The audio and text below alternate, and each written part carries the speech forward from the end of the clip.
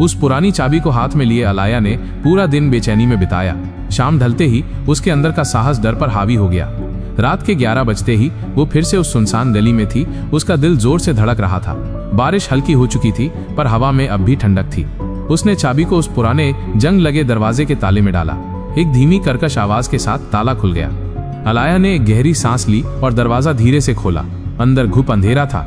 एक अजीब सी मिट्टी और नमी की गंध आ रही थी। उसने अपने फोन की फ्लैशलाइट ऑन की और अंदर कदम रखा। दरवाजा उसके पीछे अपने आप बंद हो गया, एक हल्की क्लिक की आवाज के साथ। फ्लैशलाइट की रोशनी में सामने एक लंबी संकरी सुरंग दिखाई दी, जिसकी दीवारें पथरीली और काई से ढकी थी। अलाया ने हिम्मत की और सुरंग में आगे बढ़ी। हर कदम पर उसके जूतों से पानी में छप छप की आवाज आ रही थी और ये आवाज अंधेरे में और भी डरावनी लग रही थी। सुरंग कुछ दूर चलकर एक बड़े गोलाकार कमरे में खुली। कमरे में भी अंधेरा था, पर फ्लैशलाइट की रोशनी में अलाया ने देखा कि ये कोई पुराना त्याग दिया हुआ तहखाना या भूमिगत कमरा लग रहा था। धूल और मकड़ी के जाले हर जगह थे। बीच में एक पुराना लकड़ी का मेज था और कुछ टूटी हुई कुर्सियां। दीवार पर कुछ धुंधली पेंटिंग थी, जिनका मतलब समझ नहीं आ रहा था। अलाया को उम्मीद थी कि उसे यहाँ वो रहस्यमयी शख्स मिलेगा, पर कमरा पूरी तरह खाली था। कोई नहीं था, सिर्फ सन्नाटा था और दीवारों से टपकते पानी की धीमी आवाज। उसे निराशा हुई, पर साथ ही एक अजीब सी बेचैनी भी महसूस हुई। ये जगह कितनी पुरानी थी, वो शख्स यहाँ क्या करता होगा, और सबसे जरूरी, अब वो कहाँ था। रहस्य और भी गहरा गया था। खाली तहखाने से लौटने के बाद अलाया की रातों की नींद पूरी तरह उड़ चुकी थी। उस बंद दरवाजे के पीछे कोई नहीं मिला, इस बात ने उसे और बेचैन कर दिया था। अगली सुबह वो फिर से पुलिस स्टेशन पहुंची, इस उम्मीद में कि शायद इस बार उसे कोई गंभीरता से सुनेगा। जब वो अंदर पहुंची तो उसने देखा कि एक और लड़की थाने में खड़ी थी, जो काफी परेशान लग रही थी। उसकी उम्र भी अलाया जितनी ही थी। वो एक पुलिस अधिकारी से बात कर रही थी और अलाया ने सुना कि वो भी कुछ वैसी ही अजीब घटनाओं का जिक्र कर रही थी। अलाया को उत्सुकता हुई और वो उनके करीब गई। उस लड़की की बात सुनकर अलाया चौंक गई। वो बता रही थी, हर रात ठीक 12 बजे कोई मेरी खिड़की पर एक गुलाब रख जाता है, एक लाल गुलाब। ये सुनकर अलाया का मुंह खुला रह गया। ये बिल्कुल वही बात थी जो उसके साथ हो रही थी। उसने तुरंत उस लड़की की तरफ देखा। उनकी नजरें मिली और दोनों की आंखों में एक ही सवाल था, माइनस, क्या ये वही रहस्यमय शख्स था? और अगर हाँ, तो ये कितने और लोगों के साथ हो रहा था?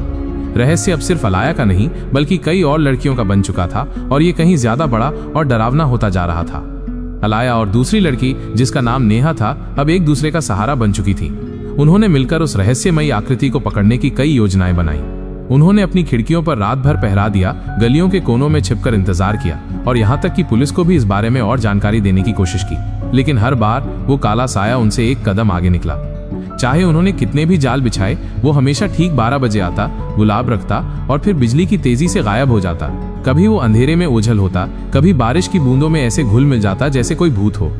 नेहा ने भी अलाया को अपनी गली में स्थित एक पुरानी सुनसान दीवार के बारे में बताया, जहां से वो अक्सर गायब होता था, लेकिन नेहा को उस छिपे हुए दरवाजे का अंदाजा नहीं था। कई हफ्तों तक उनकी ये कोशिश जारी रही, लेकिन हर सुबह उन्हें सिर्फ एक नया लाल गुलाब मिलता और उनके हाथ निराशा ही लगती। हार मानने के बजाय अब उनमें एक अजीब सी जिद पैदा हो गई थी।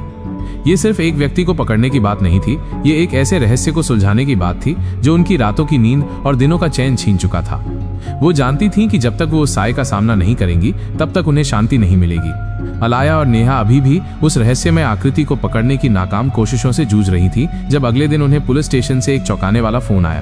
पुलिस अधिकारी की आवाज में गंभीरता थी। उन्होंने बताया कि उनकी शिकायतों के बाद कुछ और लड़कियों ने भी इसी तरह की घटनाएं रिपोर्ट की हैं। हमें अभी 3 और लड़कियों की शिकायतें मिली हैं, अधिकारी ने बताया। उनके साथ भी पिछले कई दिनों से ठीक वैसी ही घटनाएं हो रही हैं। रात 12 बजे एक लाल गुलाब और एक रहस्यमयी आकृति का गायब हो जाना। ये खबर सुनकर अलाया और नेहा के होश उड़ गए। ये सिर्फ उनकी नहीं, बल्कि 5 लड़कियों की कहानी थी। इस रहस्य का दायरा अब कहीं ज्यादा बड़ा हो चुका था और इसने एक और खतरनाक मोड़ ले लिया था। ये अब सिर्फ एक अजीब सनकी की हरकत नहीं थी, बल्कि एक ऐसा पैटर्न था जो भय और अनिश्चितता फैला रहा था। पुलिस ने उन सभी 5 लड़कियों को एक साथ बुलाने का फैसला किया, ताकि वे अपनी कहानियां साझा कर सके और शायद कोई ऐसा सुराग मिल सके जो अकेले उन्हें नहीं दिख रहा था। 5 लड़कियां, अलाया, नेहा और 3 अन्य माइनस सोनल, प्रिया और रीता माइनस पुलिस स्टेशन में एक साथ बैठी थीं। सबने अपनी अपनी कहानियां सुनाई, जो एक दूसरे से इतनी मिलती जुलती थीं कि पुलिस अधिकारी भी हैरान थे। उन्होंने हर छोटी से छोटी जानकारी को नोट किया, माइनस गुलाब का रंग, आने का समय और यहाँ तक कि जिस अंदाज में वो शख्स गायब होता था। पुलिस ने अपनी पूरी कोशिश की। उन्होंने उन सभी इलाकों में गश्त बढ़ाई जहां घटनाएं हो रही थी।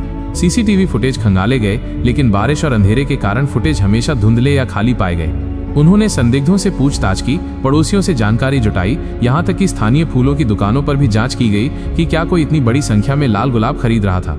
हर सुराग एक बंद गली की तरफ ले जा रहा था।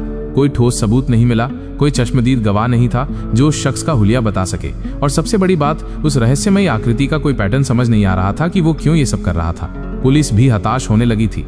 ये एक ऐसा मामला था जहां उनके पास अपराधी तो था, पर कोई ऐसा सबूत नहीं था जो उसे कानून के कटघरे में खड़ा कर सके।